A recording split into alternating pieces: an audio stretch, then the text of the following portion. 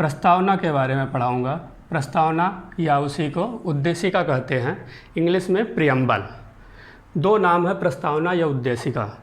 संविधान की स्टार्टिंग हमारी प्रस्तावना से होती है और उसी को उद्देशिका कहा गया। उद्देशिका क्यों कहा गया? क्योंकि जब संविधान का निर्माण हो रहा था उस समय 13 दिसंबर 1946 को जवाहरलाल नेहरू ने उद्देश्य प्रस्ताव प्रस्तुत किया था और उसी के बाद इसी का नाम जो है उद्देशिका पड़ा। उद्देशिका क्या है? संविधान का सार या दर्शन है। उद्देशिका से हमको क्या है, संविधान का पूरा सार पता चल जाता है, दर्शन कि संविधान हमारा क्या कहना चाह रहा है, उसके क्या आदर्श हैं, क्या उसके उद्देश्य हैं। अगली लाइन में है कि संविधान के आदर्शों और उद्देश्यों को बताता है, मतलब उसके आदर्श क्या हैं और उसके उद्देश्य क्या है, किन उद्देश्यों को पूरा करेगा, हमारा प्रस्तावना से पता चलता है। उद्देशिका पर जो है, उद्देशिका कहाँ से लिया गया है? उद्देशिका जो है अमेरिका से लिया गया है, लेकिन एक क्वेश्चन और आता है कभी कभी, उद्देशिका की भाषा। तो उद्देशिका हमारा अमेरिका से लिया गया है, जबकि उद्देशिका की भाषा है ऑस्ट्रेलिया से लिया गया है।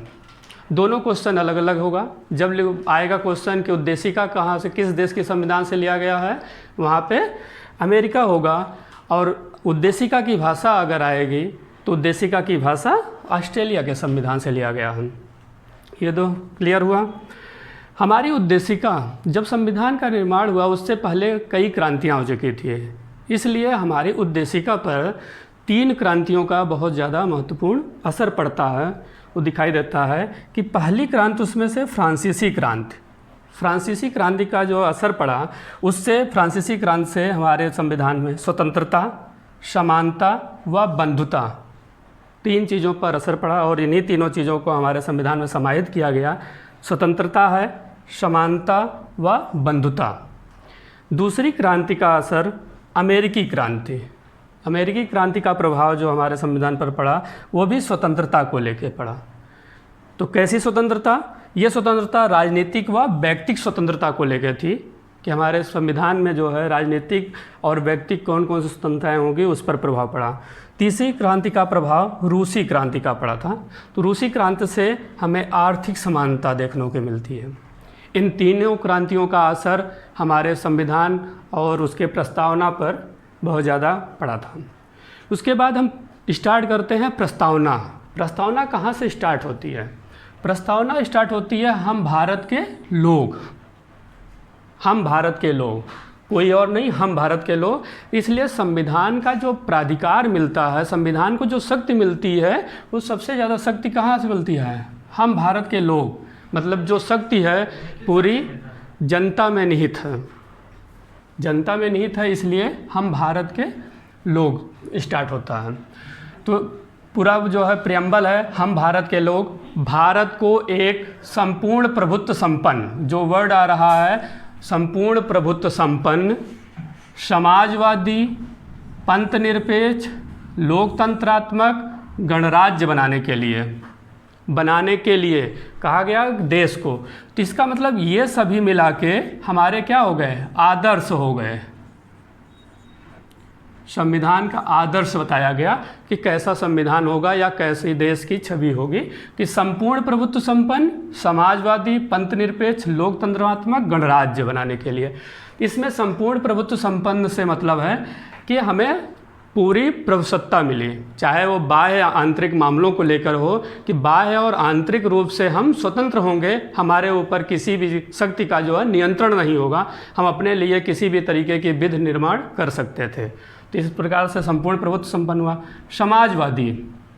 समाजवादी वर्ड आया कि जो है समाज में सभी को समान माना जाए। तीसरा वर्ड आया पंथनिरपेक्ष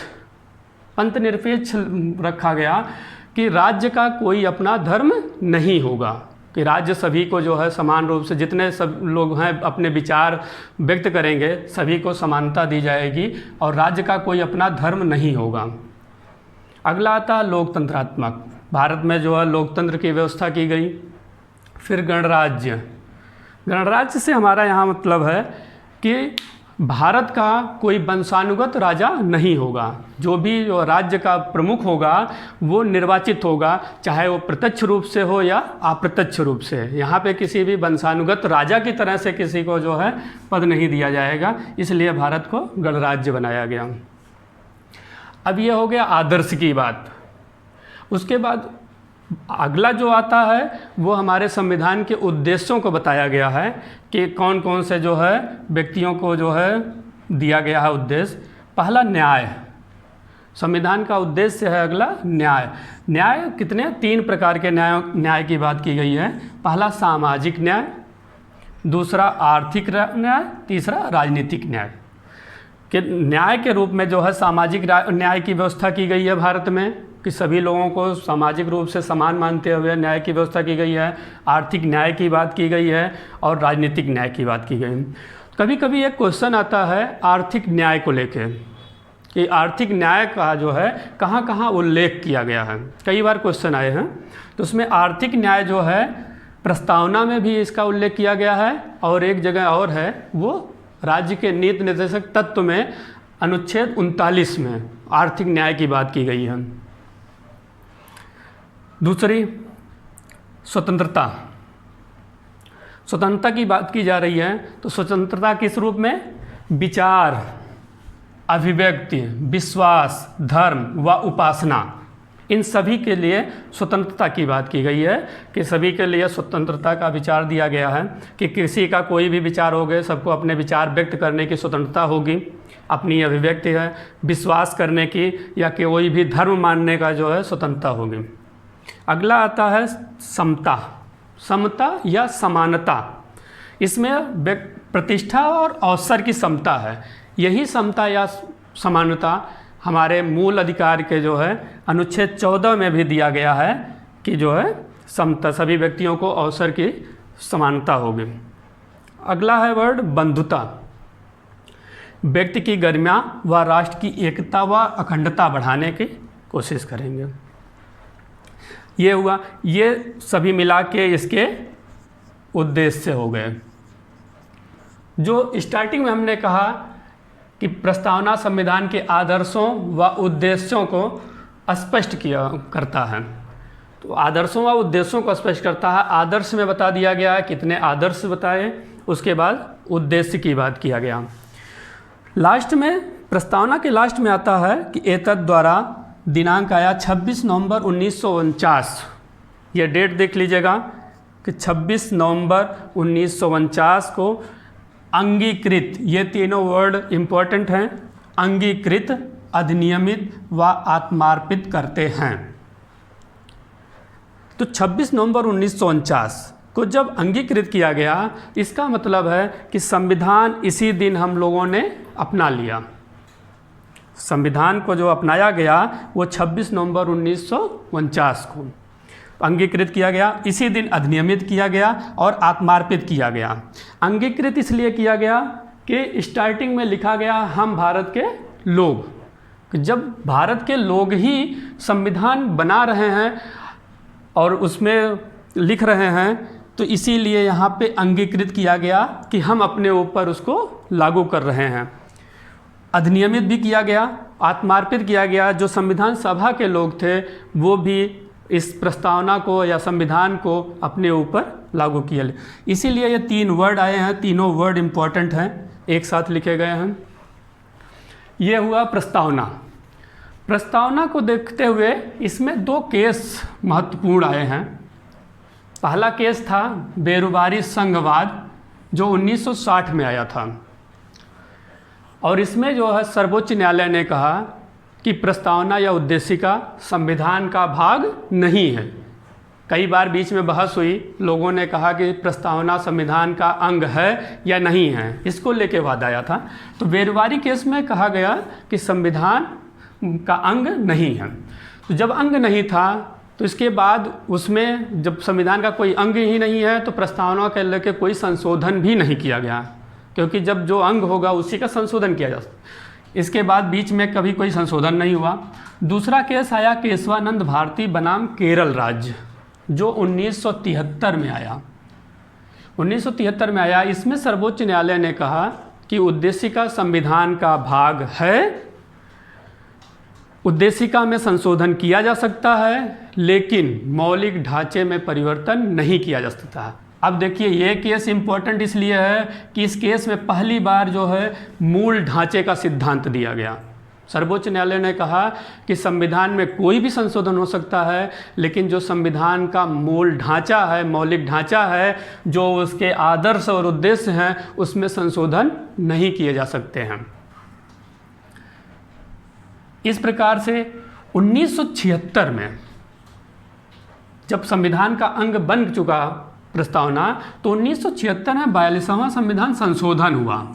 42वें संविधान संशोधन में हमारी प्रस्तावना में संशोधन किए गए और उस संशोधन के द्वारा 3 शब्द जोड़े गए। 3 शब्द जोड़े गए, उसमें से पहला था समाजवादी, पंथ निरपेक्ष और अखंडता। आप लोग यहाँ देख सकते हैं, जब आदर्श में कहा गया समाजवादी और पंथ निरपेक्ष, ये दोनों शब्द 42वें संविधान संशोधन के द्वारा जोड़ा गया। और लास्ट में यहाँ पे आता है अखंडता, ये भी वर्ड संशोधन के द्वारा जोड़े गए। तो इस प्रकार से आप लोगों को पता होना चाहिए 42वें संविधान संशोधन में 3 शब्द जोड़े गए। ये क्वेश्चन में भी कभी कभी पूछे जाते हैं, 4 ऑप्शन दिए जाते हैं, कौन कौन से शब्द इसमें से जोड़े गए या नहीं जोड़े गए। तो उसमें ये तीनों ऑप्शन समाजवादी, पंथ निरपेक्ष और अखंडता, ये तीनों शब्द जोड़े गए हैं, इसको ध्यान रखिएगा। इसके बाद प्रस्तावना में को लेके आया कि पहला बयान के.एम. मुंशी जी ने कहा उद्देशिका हमारे संविधान की जन्म कुंडली या जन्म पत्रिका है। प्रस्तावना को उन्होंने जन्म पत्रिका या जन्म कुंडली बताया। और उसी के आगे कहा गया कि उद्देशिका संविधान की आत्मा है। उद्देशिका क्या है? संविधान की आत्मा है। ये भी क्वेश्चन आता है कि इसमें से कौन संविधान की आत्मा है, तो उसमें उद्देशिका। लेकिन एक क्वेश्चन कई बार आते हैं कि उसमें B.R. अम्बेडकर भी जो है संविधान की आत्मा अनुच्छेद 32 को, जो संवैधानिक उपचारों का अधिकार है, उसको बताते हैं। अब यहाँ पे कन्फ्यूजन मत होइएगा। जब डायरेक्ट क्वेश्चन आए कि संविधान की आत्मा कौन है, तो उद्देशिका होगा। लेकिन जब किसी व्यक्ति का नाम लेके, जैसे B.R. अम्बेडकर को लेके कहा जाए कि B.R. अम्बेडकर के द्वारा या भीमराव अम्बेडकर के द्वारा संविधान की आत्मा किसको माना जाता है, तब वहाँ पे अनुच्छेद 32 या संवैधानिक उपचारों का अधिकार को जो है आत्मा माना जाता है। ये रहा प्रस्तावना या उद्देशिका। इसी से रिलेटेड जितने भी क्वेश्चन हैं सब सॉल्व हो जाएगा, और आप लोग इसको ध्यान से जो है रिवीजन कर लीजिए। सभी क्वेश्चन यहीं से बनते हैं। और बहुत बहुत धन्यवाद।